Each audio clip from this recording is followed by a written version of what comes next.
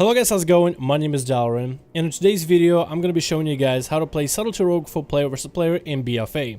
This video is actually perfect if you're watching it right now. Recently there was a huge nerf to all three specs of rogues, so this video is going to be as up to date as it can be. It sucks that rogues are already getting nerfed right now, even though we're doing so well, but of course Blizzard is going to nerf the class that they get getting ganked by over and over and over. Anyway, let's get into the video to take a look at how rogues are playing right now and how you should build yourself for PvP. The first part of the video I like to cover is generally the talents. What are the talents you'll want to run for PvP? What are the alternative talents? First row, Find Weakness ends up being the best. To line it up with cheap shots and shadow strikes is very simple, and the damage increase is nice. Gloomblade has some potential, mostly when you're going against like paladins and you're expecting the Bob to finally, stop you from being able to deal damage. So Gloomblade will be able to bypass and chip away the enemy through the Bob, but Find Weakness is generally the strongest.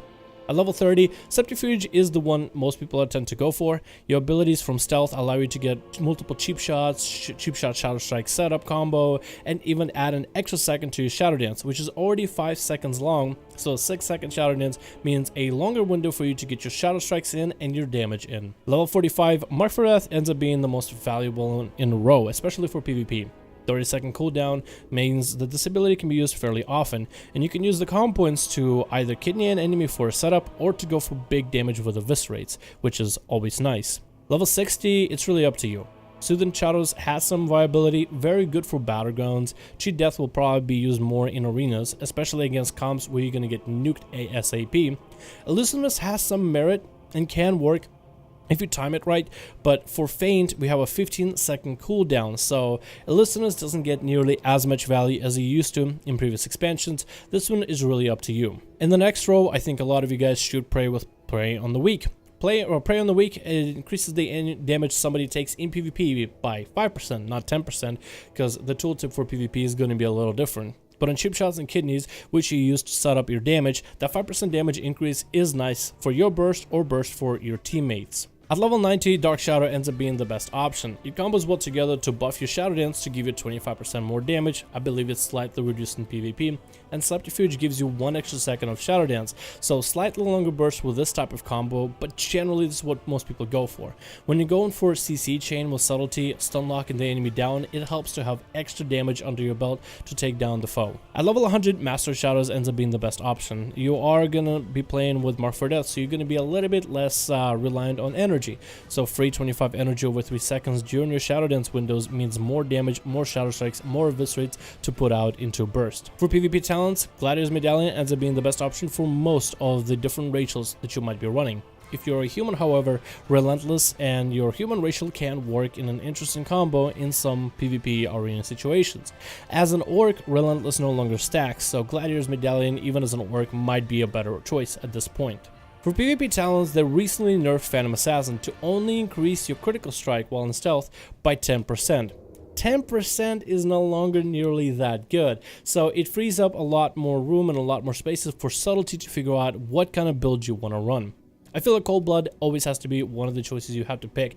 10% of enemy's total health on cheap shot or shadow strike means your openers and whenever you get it back during your burst are a lot more effective. There's some viability with Shadowy Duel to be able to take someone to very low health and then kind of take him out of the game for 50 energy so the healer can't heal him up, so you can kind of nail them down with shadow strikes. With Shadowy Duel can work, but this one is kind of difficult to play with. So if you're not used to Subtlety, you should avoid Shadowy Duel until you get a little bit more experience. Maneuverability ends up being a decent option when it comes to if you, let's say, getting slowed a lot as Subtlety, but you do have 2 charges of Shadow Step, so it shouldn't be an issue. But if mobility is an issue, maneuverability is a decent option. In PvP, especially in arenas, Smoke Bomb ends up being a lot more powerful to be able to create LOS around the kill target without having to even CC targets outside of LOS. This is super strong for arenas, and you should be considering this one for 2s and even 3s. But this can also work in BGs. Maybe when you have a flag runner running down the middle of the map, you're able to stun lock him, smoke bomb, nail him down, grab the flag, and then escape before anybody knows what happened. There's a bit of merit for Death Thrown buff. It does give you a little bit extra damage for your eviscerate at the end. It does have a 30-second cooldown. It does cost 25 energy. It has a 15-yard range, so it lets you kind of close the gap with the enemy. So this one can work in some situations, but generally this one is not as good as it used to be. So for Subtlety, it doesn't really come down to having the go-to talents except for maybe Cold Full Blood, but I guess Phantom Assassin is a decent option. I guess it all depends on your situation. Now let's talk a bit about stats. How should you stat yourself? What are the best stats right now? I would say right now stacking Mastery for increased finisher damage is going to be good. You're going to get those big eviscerates into the enemy, so if you see gear with Mastery, that's going to be good as well. Versatility is another decent stat. It increases the damage of all of your abilities, so Shadow Strikes and eviscerates included. Getting as much versatility and Mastery for PvP is going to be nice. But you shouldn't slack on crit either. The higher crit strike, that means the higher you have chances to get big eviscerates onto the enemy, big Shadow Strikes back to back to back. There is some merit with haste though.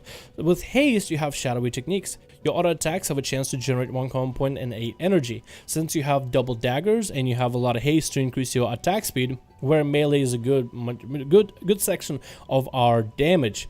Lots of melee stabs, lots of melee hits for Subtlety. More chances with those melee hits to grant you extra common points and energy, which is good in a long-term sustained fight, but not really as good when it comes to a big burst and kind of hit and run strategies. So you should, I guess, acclimate yourself to as best possible stats, trying to prioritize Mastery, trying to prioritize versatility and crit, trying not to get too much haste, although getting flat agility, even if it does mean getting yourself a lot of haste, is generally going to be strong for Subtlety regardless. For weapons, you'll want to try to get a double dagger. The only time a heavier weapon in the offhand is better than a dagger is if it's like 30 item levels above. So just get 2 daggers in each of your hands if possible. For Subtlety, your Azeroth traits for PvP are a little bit muddy, as they are for a lot of classes.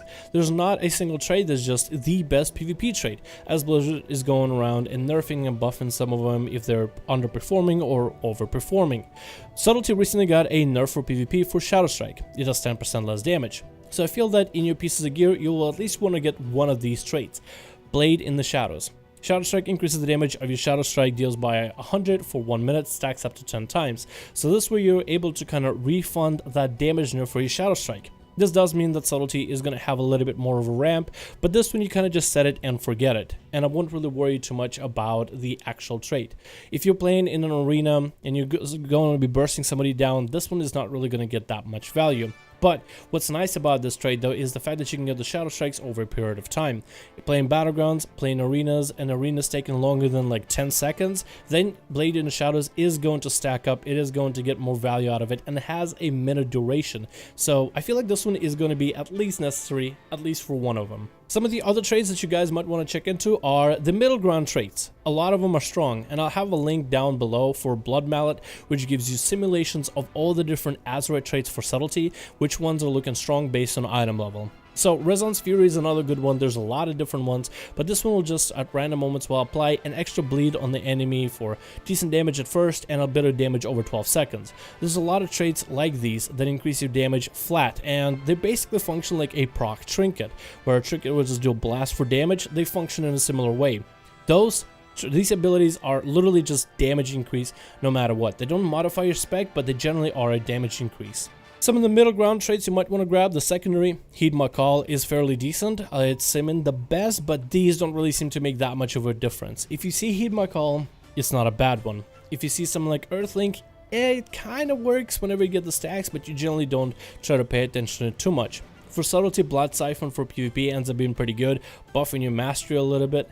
Then we have stuff like Overwhelming Power, which is not that great. Unstable Flames is actually pretty good for PvP. And then we have Elemental Whirl, which can give you crit, haste, mastery, versatility at random moments. So that one is not bad either. When it comes to trinkets, I like to have my Fathoms right now, and I'll probably replace it with a better trinket at a future. What I like to also have is proc trinkets. Usually a trinket that proc for a bunch of stats for a short duration. With Subtlety, all you need is a big burst in the opener, and generally these trinkets tend to proc in the opener. So I like to run a proc trinket just so I don't have to pay attention that much. Although you could get yourself a PvP trinket, something like Dread Gladiator's Badge, which gives you primary stat on use for 15 seconds, just with a 2-minute cooldown. This is also a decent trinket, especially when it comes to burst as subtlety, but there's a lot of trinkets that you can run with. Some of them have effects, some of them have buffs, but there's not really a bad trinket right now, or one that I can think of that is just so horrendous it's just not worth running at all. Now when it comes to dishing out damage for subtlety, it's not really a rotation, rather a priority system. You do want to establish find weakness at one point or another, especially during damage burst. Before you go for big damage, you want to establish Nightblade, whether during your burst rotation or outside of burst rotation. Build combo points with backstabs, but with shadow strikes while inside of shadow dance. Make sure to pull energy before you go for big burst and try to combo stuns back to back to back. It's possible to use something like a Shuriken Storm whenever you don't have any crowd control going out in an arena or a battleground, so not to break sheeps and blinds and fears. You can use Shuriken Storm to spend 35 energy and get a hell of a lot more combo points, also thus buffing your eviscerate. So if you're in a situation where you can hit more than one player without breaking CC, it is worth using Shuriken Storm. The rest of subtlety is all about learning your openers and learning how to use abilities in the combo in order to burst someone down. In this video I'll give you guys some of the opener combos which can be used even outside of an opener, something you can use from stealth or while bursting. You can combo together Shadow Blades with these for more burst if you wish, but I'll use all of those combos without Shadow Blades just so you guys can understand what it's supposed to look like, and Shadow Blade simply just tags on even more burst. Here are some of the different openers and different burst rotations you can have with Subtlety Rogue.